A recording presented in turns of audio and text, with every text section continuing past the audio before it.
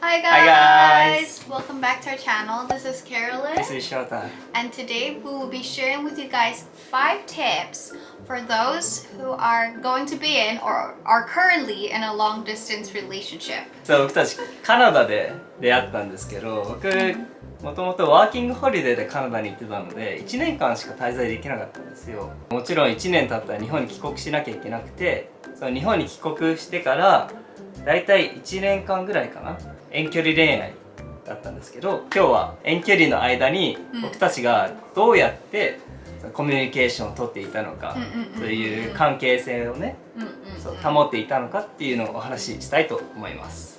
さあ、Yeah! She was crying so hard. I was like bawling in the fucking airport and everybody was like looking at me and he was like filming me while I was crying and he was like filming. To kickstart the video, I think, you know, the one whole year of us being in a long distance relationship was not so bad. It was quite, I don't want to be like it's pleasant, but it was very bearable and we barely fought. I don't think we ever fought. We don't really fight in general. It was quite easy for me that one year. Of course, I saw prefer... some messages like Oh really? Yeah, I checked the messages like that we sent each other before. Yeah. At that time, I saw so many. I'm lonely. Yeah, of course, of course, 寂しい of course. 寂しいよ。でも、That was okay. yeah, that was okay. Of course, I miss you a lot, but Okay. but it's not like, oh my god, I'm gonna die without him, you know? Hey. I thought you were like that. No. とりあえず we were apart for an entire year. So how did we overcome those 12 freaking months? And we have summed up 5 tips that we felt like were very crucial in terms of, you know, communication. The first tip most people would know is to have trust. Having trust in the other person, in your partner, in a long distance relationship is so very important. You technically are less informed about what the other person is doing during the day. I think it's inevitable for a lot of people where you wonder, oh, what is my boyfriend doing, you know, when he's not texting you, right? And he probably has his own circle of friends that you are not familiar with. There's so many uncertainties, I think, when you guys are physically apart. And so you need trust to sort of, yeah. For me, I personally think if my partner suspect me or like check what I'm doing all the time, that's so annoying. It turns me off. But I think also, in my point of view, I think you have to earn your partner's trust. You can't just expect your partner to blindly trust you. I think trust is built throughout time, right? You don't just trust a person from day one. Throughout the relationship, you also have to do your best to earn your partner's trust, and that is through frequent communication, you know, other things. でも also like trust blindly is very important. Sometimes you have Sometimes to yes, do sometimes this. yes. Because 確かに確かに. Okay. It's very difficult I to understand. blindly trust somebody. Yeah. This brings us to our next point, which is to communicate frequently. You know, frequent communication, be it like through text messages, video calls, very, very important. I think that is like key tip to maintaining good long distance relationship. I think blind trust doesn't last very long. That's a problem. Communication with those two is very important, especially like face to face, Skype, like Zoom. Don't think that it's a chore. Like, don't think of it as like, oh, I have to call my partner once every day. Like, don't think about it like that, I think. でもね、多分 guys think like that. Yeah, so girlfriends have to understand that it's okay to not call every day, you know. But I think speaking from a girl's perspective, I think what girls want to see is that my boyfriend actually cares about me. The girl just want to know that the boyfriend cares. I think girls expect us to do calling you all the time naturally. Of course, Right? if You you expect. can, of course you can do that. That's the best. If the girl can feel that, holy shit, like best boyfriend ever. Point is, one person has to call. Also, don't expect too much. Yeah, like especially for girls that think you want your boyfriend to call you morning and night. I think that's kind of, it's difficult to maintain. You know, of course, like, I don't know, if your boyfriend can keep up with that, you know, or if your girlfriend can keep up with that, good for you. and I cannot speak for a lot of people, but just yeah, as he says, don't expect too much. Always like thankful. Yeah, be grateful always. Even if it's something super small, like I felt super grateful whenever he would text me. Just like good morning. I felt like, love. I think that's super, yeah! I did, I was always happy. When you texted me like good morning, good night. At least like phone call once a week, at least. Yeah, at least once I think at least twice a week. Once a week, wow. I'm okay. I can deal with that. Yeah, he can. He doesn't need people in his life. Do you need me in your life? I need you, yeah. Like if there's like a zombie apocalypse and he's the only survivor, he will totally be okay. Yeah. But please communicate properly with your partner.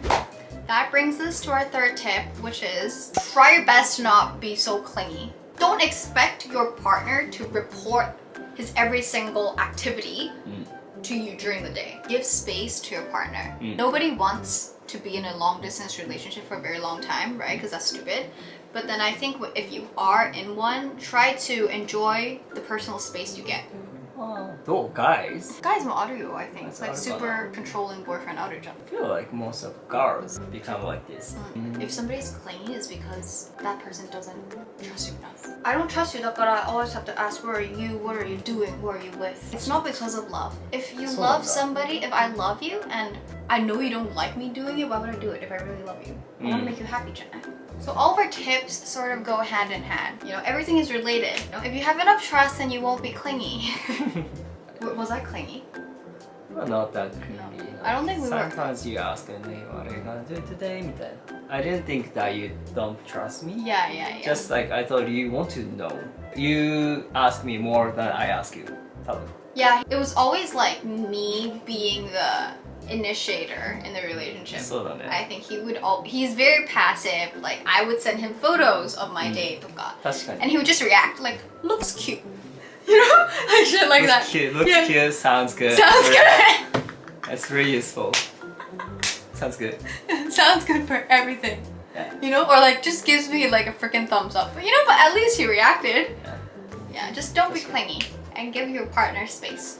Next! So the fourth tip we have is that you should try to give your partner sort of surprises. What I mean by that is like throughout time where you're in a long distance relationship, you're physically apart, maybe try and sort of send packages, you know, and like find ways to sort of keep the relationship fresh and hot. Like for example, celebrate Valentine's Day online, you know, virtually together, you know, things like that. To make it feel we're together? Yes, basically, you know?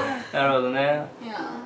まあ確かに you've sent me so many packages that I would send you postcards とか. Even like when I had a birthday, she sent me doing a couple of things. Yeah, because you can't do them, right? Technically, you're not together. You want to feel each other's presence, right? When you're not physically together. And having something physical that reminds you of the other person, I think is very important. Did I send you a package? You sent me a birthday package. Oh. So Letters, love letters. That's when you can write all the love letters you want when you're in a long distance relationship. You should take this chance and write as many as you want. And it's kind of cute. If you look back. No, I think it's so cute.